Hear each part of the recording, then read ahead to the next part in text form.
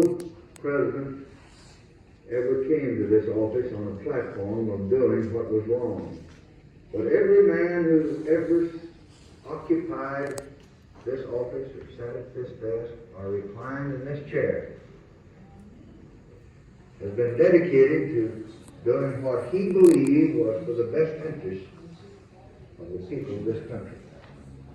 I am utterly convinced that when any man takes the oath of office as president, he is determined to do what is right as God gives him the wisdom to know the right.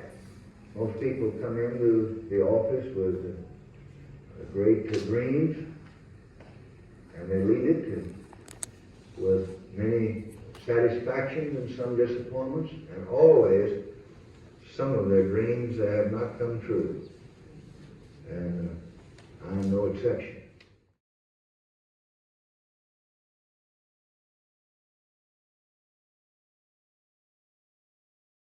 Road here, and I am in Austin, Texas, the state capital. That's Darrell Royal Stadium there.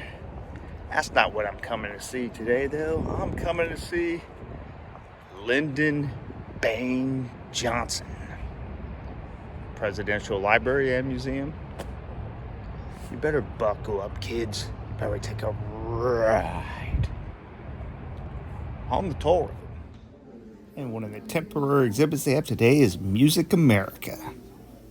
Some real historic stuff here. Sheet music from Stars and Stripes Forever.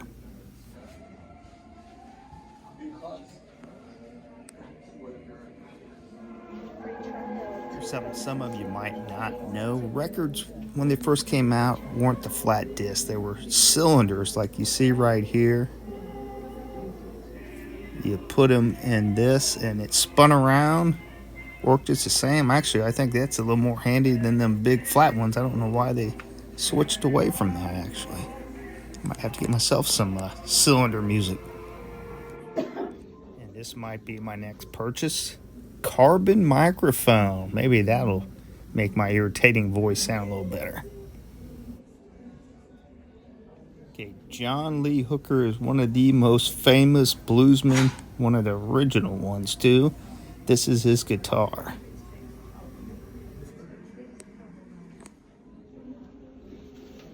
Incredible display here. They've got everything from Woody Guthrie's fiddle. I'm a fiddle man myself, of course.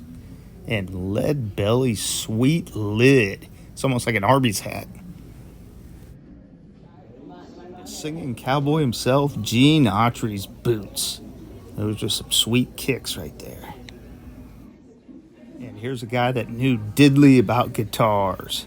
Bo Diddley's homemade guitar.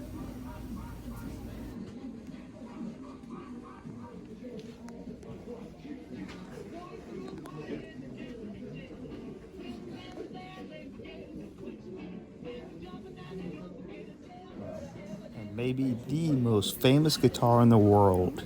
This one was B.B. King's guitar he called Lucille. And another classic, this is Seinfeld's puffy shirt. Now actually it's Prince's shirt for Purple Rain. It'll be real good for my audience because I have a lot of Swifters that follow me. This is Taylor Swift's outfit. All this for all you Swifters.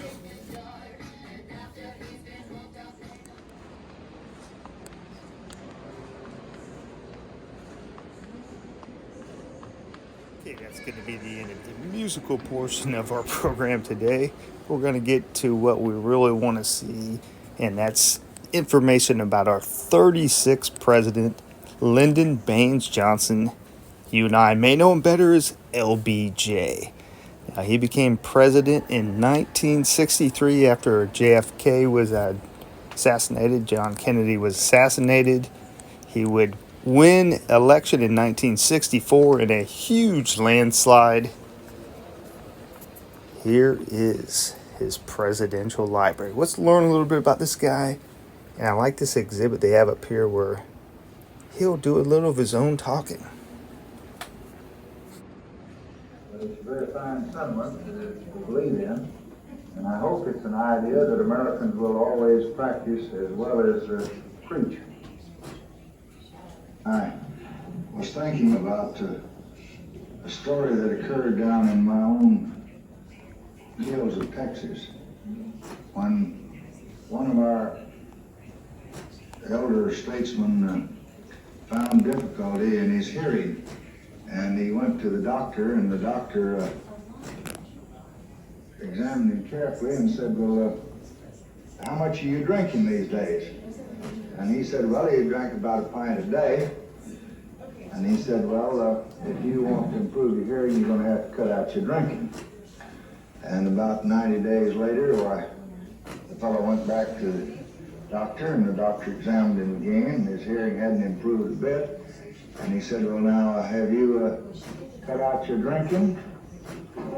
And he said, no. Well, he said, I can't do anything for you if you won't follow my advice, take my prescription. He said, didn't I tell you when you were here that you should cut out your drinking if you wanted to improve your hearing? He said, yes. Well, he said, why didn't you do it? Well, he said, doctor, said, I got home and I considered it. And I just decided that I like what I drank so much better than what I heard.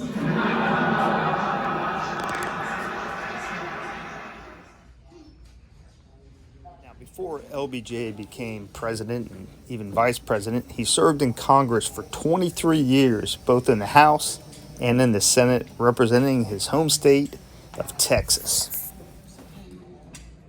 So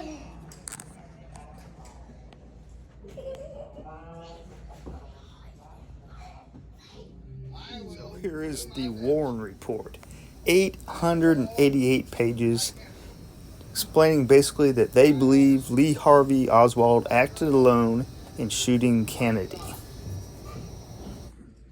So long before there was email or Twitter or Facebook Messenger, there was a machine like this that was a direct link during the Cold War between the U.S. leader and Russia.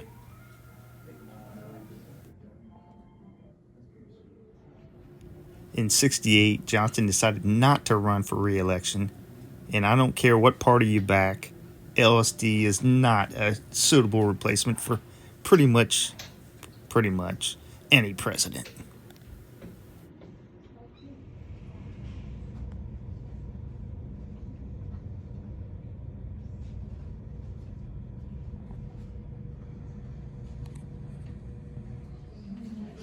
Speaking of all the way with LBJ, his wife was probably just as well known as he was. Claudia, you probably didn't know her name was Claudia because everybody called her Lady Bird.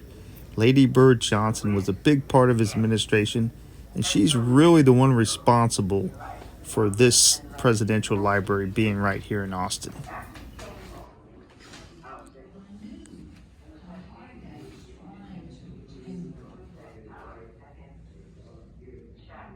The Johnson family's time in the White House was synonymous with proving personal experiences and public responsibility. The greatest number.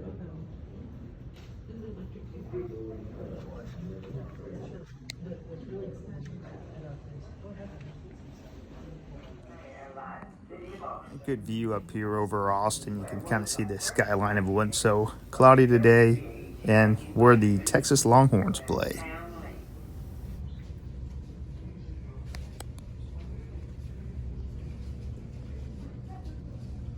Now I know a lot of you are thinking, why would anybody want to be president of the United States? So much responsibility, so much stress.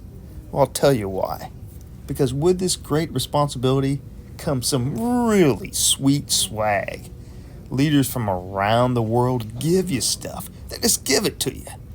And this is type of swag you won't find at a local flea market. I mean, maybe if a president was down on his luck later in life, he could put it on eBay and make a couple bucks, but not LBJ. All of his good swag made it to this museum so that now we can enjoy presidential swag. Thanks, LBJ. Appreciate it.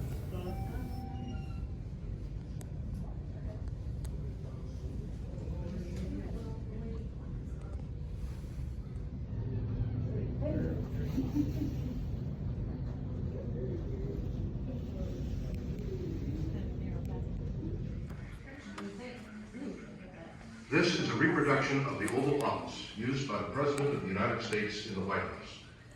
The Oval Office itself is located in the west wing of the Executive Mansion. Built in 1902, it has been occupied by every president since Theodore Roosevelt. The way you see the office here is the way it looked during the administration of Lyndon Baines Johnson, except for one detail. This is 1/8 smaller than the real Oval Office. The desk is the one Mr. Johnson worked at from the time he served in the United States Senate and through the White House years. It generally appeared this way, with considerable materials stacked and waiting for his attention. Items tabbed with red were urgent. Many laws of the Great Society were signed here. The remote control units on the desk and on a small table beside the rocking chair would activate the 3-screen TV console. The President would watch the news on 3 networks, selecting the audio he preferred. The rocking chair was President Johnson's, as was the marble-top table, specially designed with a call directory telephone mounted in the drawer. The panel of buttons gave him instant communication with members of his staff. The television console and the teletype machine next to it are reproductions of the ones used in the office. The service flags were gifts from the armed forces to the commander-in-chief. I looked around this whole floor, Cody, and nothing really went about it.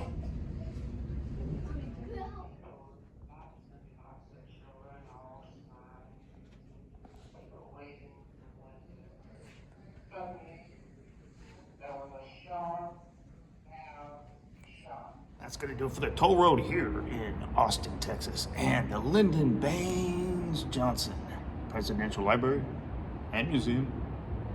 And who knows? Do you know, Lindy? Does Lady Bird know? Who knows where the toll road will lead to next?